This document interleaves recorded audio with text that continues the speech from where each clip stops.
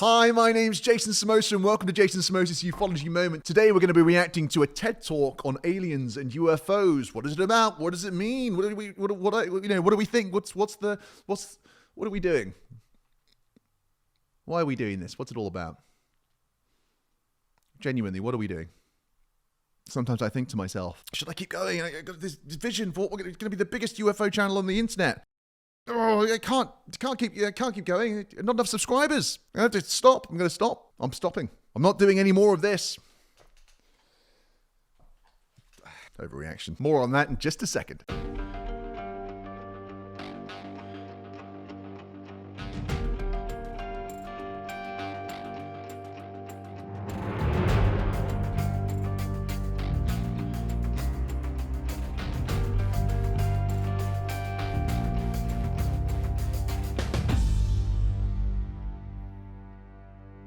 Well, this is a pretty simple concept. I'm just going to get straight to it. This is a TED Talk by a guy called Donald Prothero. He's written 44 books. He's a pretty famous skeptic, and it's a 17-minute talk on his perspectives about aliens, UFOs. What I'm really hoping for here is some really solid reasoning, and hopefully to come away respecting the man and to have learned something. Let's go.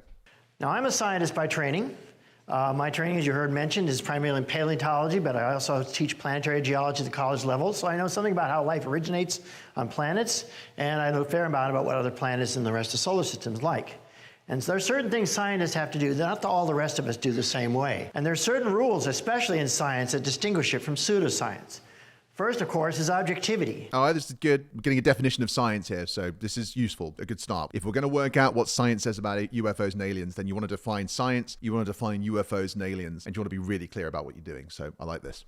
What I subjectively experience or what you subjectively experience may be fine, but for the scientific community to take it seriously, we all have to be able to experience it objectively. And that goes hand in hand with the idea of reproducibility. It's not sufficient to have a one-off observation of something. But most important of all, though the public doesn't appreciate this, science is the last bastion in this culture of fact-checking.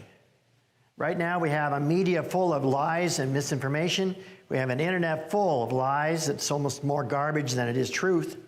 Yet science is still very much committed to the truth. I've got to step in here and I've got to say that that is just a ridiculous thing to say. It gets my goat up when someone says, hey, look, I'm a scientist and basically the rest of the culture doesn't understand how to get access to truth, but me and my friends do. We understand, and so you should listen to me. That is exactly what that is. I'm not interested in understanding whether you think you're the bastion for hope or for truth. Make an argument about why something is true. Because we have what's called peer review.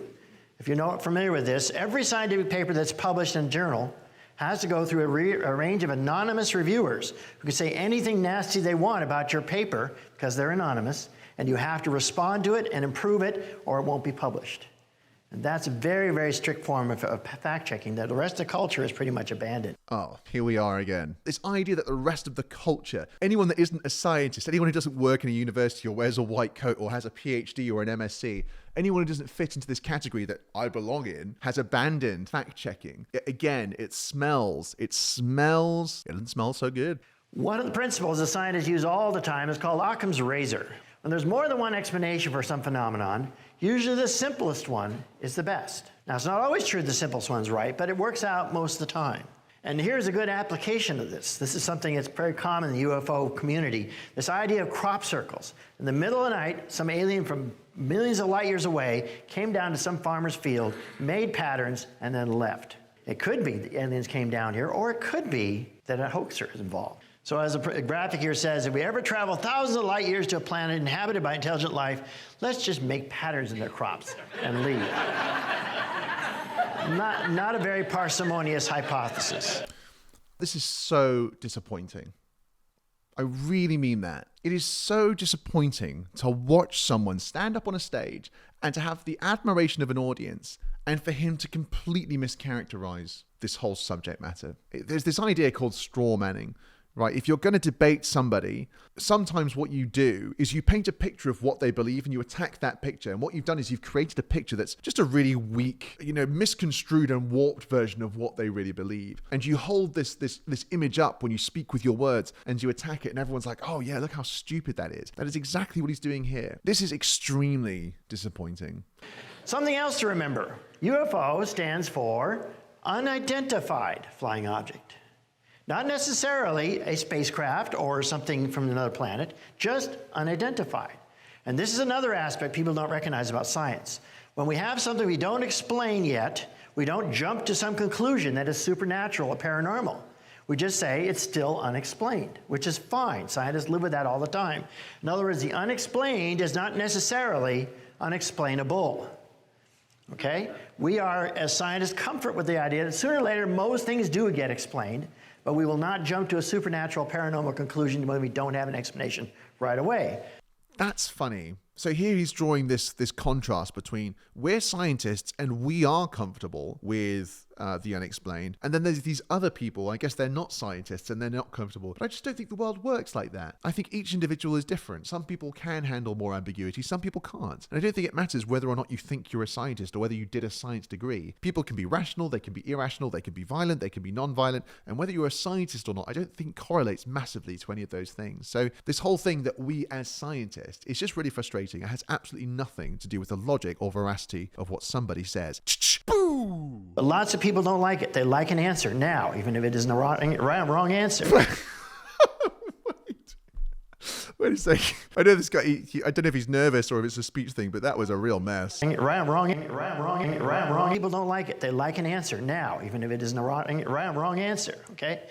Okay, so at this point, we've got some sort of definition of science from him. He's mentioned a few things here that I've made note of. Objectivity, reproducibility, the ability to falsify, so falsification, putting controls on your experiments, no ad hoc hypotheses, etc. This is all really good stuff, and I'm glad that he took the time to define what science is. It's a shame he's not using it so rigorously, but I'm glad he's defined it. And so you see all these TV shows, for example, Unexplained Mysteries, a late night basic cable. Fucking, I love those shows. They're so good. You know, when that's in the title, what it's going to be is entirely paranormal and no science at all. Leave my shows alone, man. Leave my shows alone. What are you watching in the evening? What do you just read a book? Just reading a book? What are you watching? Snapchats? As our little guy says here, I don't know, therefore aliens. He's not doing science. Oh, God, I'm really glad that he took the time to lay out our arguments. You had to take a screenshot of the guy from Ancient Aliens. That is the least courageous approach to this I could have imagined. You're using Ancient Aliens as a reference point. You think that Ancient Aliens is the result of all of us over the course of 70 years, our collective thinking, the writing, and all of the thought that's gone into this. You believe that Ancient Aliens was the thing that we came up with. You think all these people, you think the consequences of Project Blue Book, Roswell, Jack Valet, Robert Hastings, Duncan Keyhole, Donald Key, whatever. All the people who have spent their lives researching the subject. You think that Ancient Aliens is the thing that came out of that. That's what you think. You are such a dick. Jesus.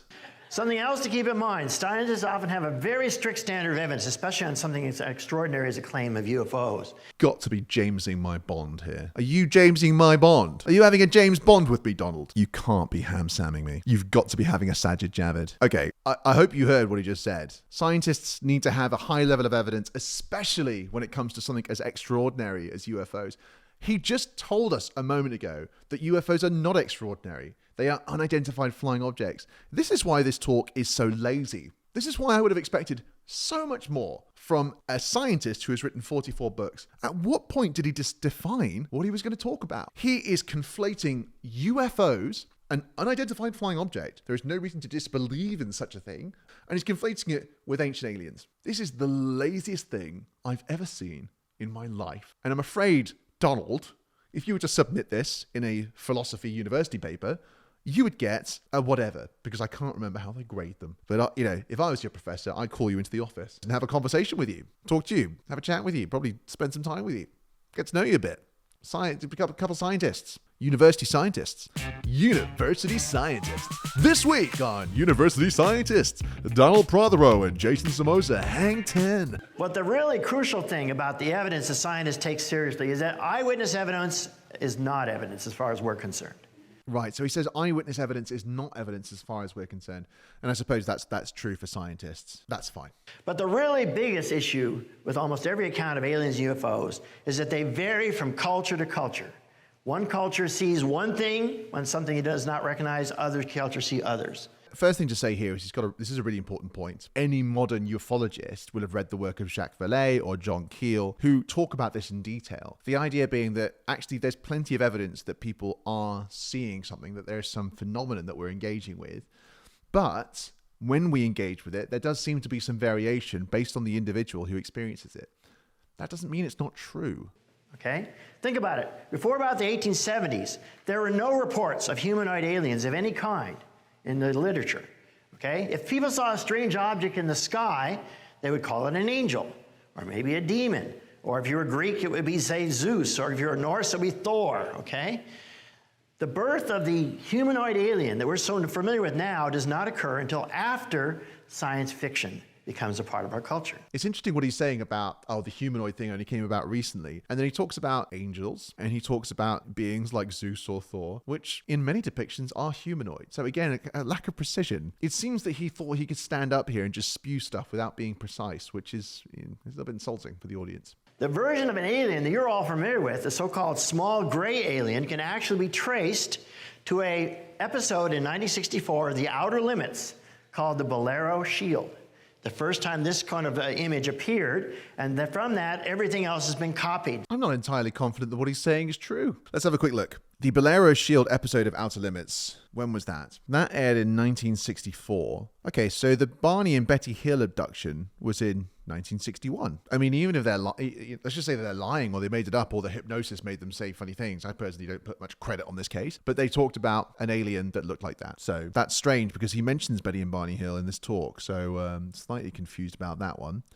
I actually think what's really funny here is he's kind of shifted gears a little bit, hasn't he? Because on the one hand, he was talking about the kind of the cultural nature of when we see the unknown, or people's stories of encountering the unknown sort of vary a little bit from culture to culture based on their situation and their environment. And now he's saying that there's a particular kind of alien that we all see, that there is a common thread, and that does break the cultural meme stereotype. So it's kind of funny that on the one hand, he wants to say they all, aliens vary from culture to culture, and then immediately follows it up with, this particular type of being that we all see again and again and again, the reason that we're all seeing it is because it came about in this piece of literature. That's disappointing because he's not showing how those two things cohere. I think he's just picking up tomatoes and throwing them.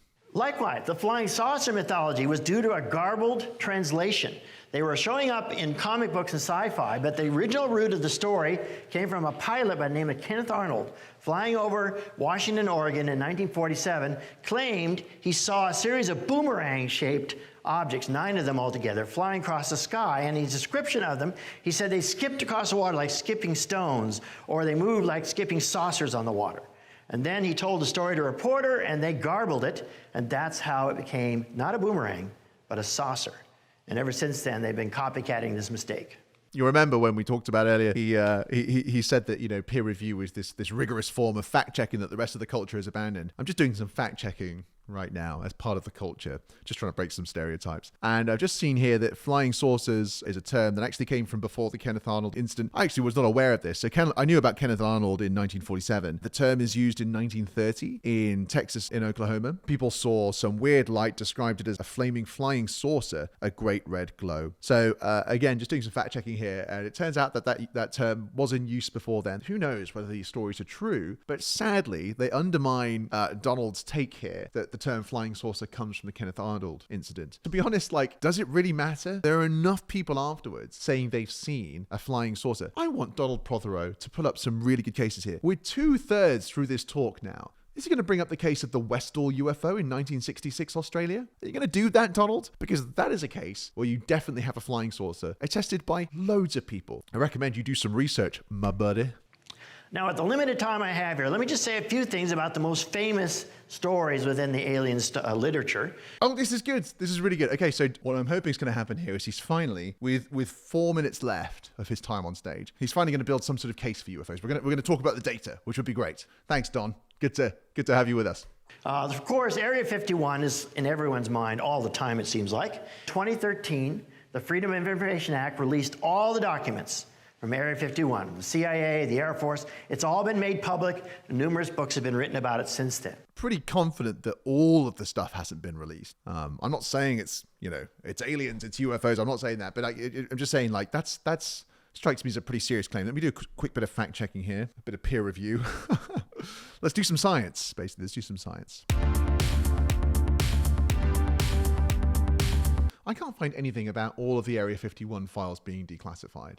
What I can find is a single press release from that time in 2013 where there was a single Area 51 report declassified through FOIA, the Freedom of Information Act. How does he know that that's all the documents to do with Area 51? That would be a sorry state of affairs if that's the only document related to Area 51. Again, I think what Don is doing here is he's making his case seem really big when actually he's not done any thorough thinking. If you say that, all the documents were declassified and we saw blah, blah, blah, then you've got to think like, oh, okay, well, all the secrets have been revealed. That's not the case. That's not the case at all. And even if you saw this document was declassified, why would you assume that there are no further secrets or classified documents being held? There are special access programs. There are programs where you don't have to have documents that are subject to FOIA. And then there's also the case that you might not know what to search for in terms of a FOIA. So, people might be doing Freedom of Information access requests, but they might be choosing the wrong words or saying the wrong things, and the person who's searching for it isn't going to find what they want. So we don't know how many documents still exist on Area 51. And this document also only goes up to 1992. So we've got one document that was released, which dates back to 1992. What Donald just told us is that every document was released and declassified. And it kind of made it sound like we now know everything about Area 51. We don't. And that's actually intellectually dishonest.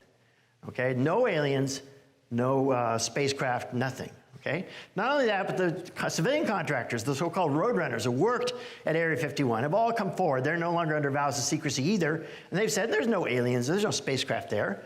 I can't believe what I'm hearing. Am I losing my mind here? This is hilarious. This is absolutely hilarious. Did Donald Prothero just use eyewitness testimony to make his case? Is anyone else losing their mind here? Is there anyone else here who is freaking out right now? This guy just told us that eyewitness testimony has no value in science. And here he is telling us what science says about UFOs and aliens. And guess what he's using? Eyewitness testimony. I love it. I absolutely love it. It's all here for us to digest and enjoy. This guy is an absolute nut. He's a nut. He's a fruitcake. We don't have to believe in Donald Prothero. He's just a figment of our imagination. I don't even think Donald Prothero exists. I think he's just a concept. I think he's a state of mind. We got him, boys. Among them is my dad, Cliff Prothero. He worked at Lockheed his entire career. He worked on every plane that they made from the 1930s till he retired in the mid-70s. He was at Area 51 several times. And then I found out later in his life, we're just sitting on a couch watching late-night cable TV, and a program about Area 51 came on. He was laughing his head off because he was there, and it was all fiction as far as he was concerned.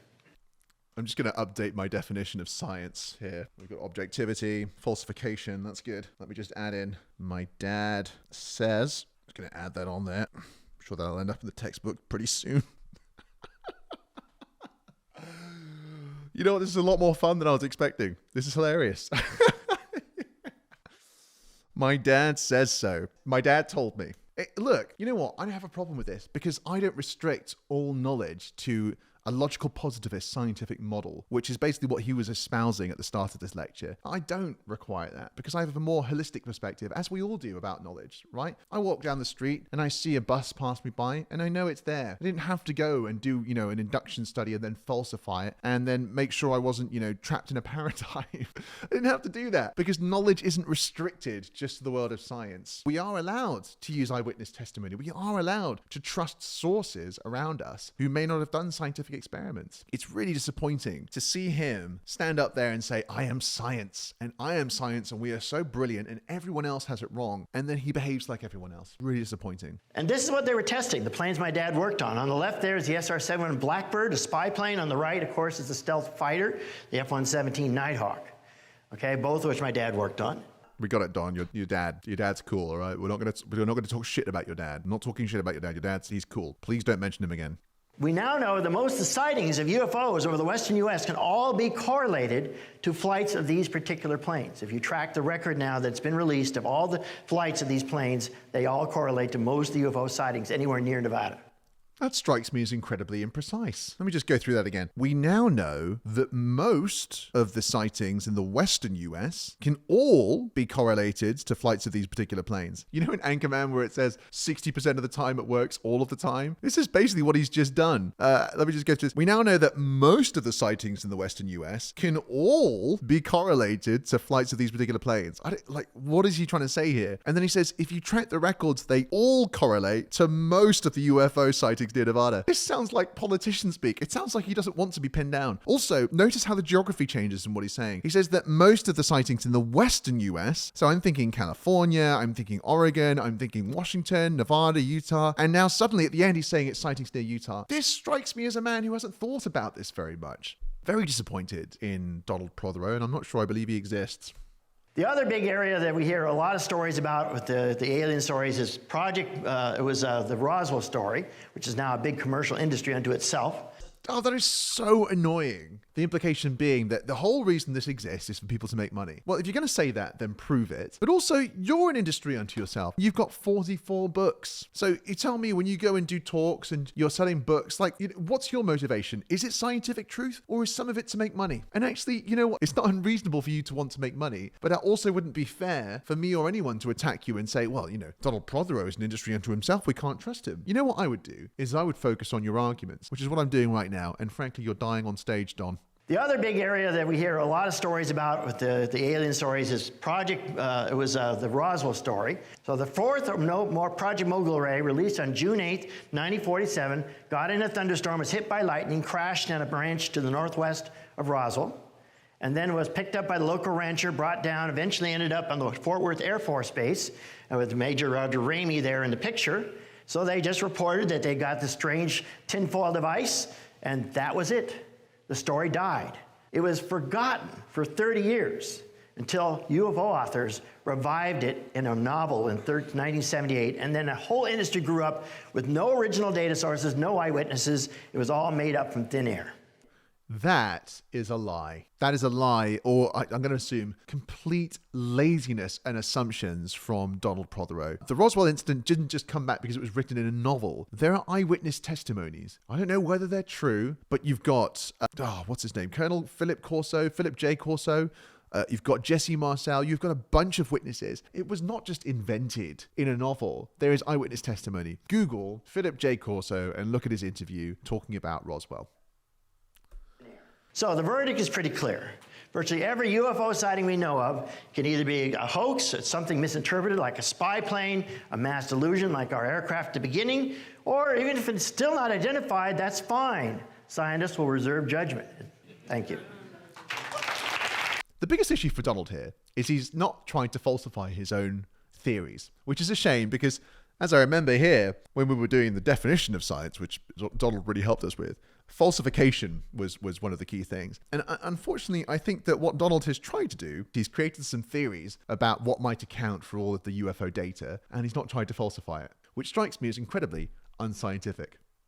It's a shame that somebody who has written 44 books, who claims to be, an authority on science, who is a professor, someone who has all of this authority and credibility, then comes out and does such a poor job of taking a subject matter seriously. And I've got to ask him, if he thinks that this subject is such a joke, why get up and do a talk about it? If you're going to stand up on stage, at least take the subject matter seriously, which you haven't done. And that makes me think, what he really wanted? Is he wanted to stand up there and feel like a big man. He wanted to feel like he was the one who knows the things. And that to me isn't science. That's ego. I think we still yet to hear what a scientist would say about UFOs and aliens, at least on this channel. We'll get to that. And we'll definitely have real scientists who are taking this seriously talk about it. For now, this has been good fun. And I want to thank you for watching. And please, every like and every comment, every subscription, I'm not over exaggerating when I say it makes me smile. It makes me so happy. And I'm so grateful for every bit of engagement from you guys. This is a very exciting time to be talking about UFOs. I'm thrilled to have a few people here who are enjoying the journey. So I'm Jason Samosa. This has been Jason Samosa's Ufology Moments. And until next time,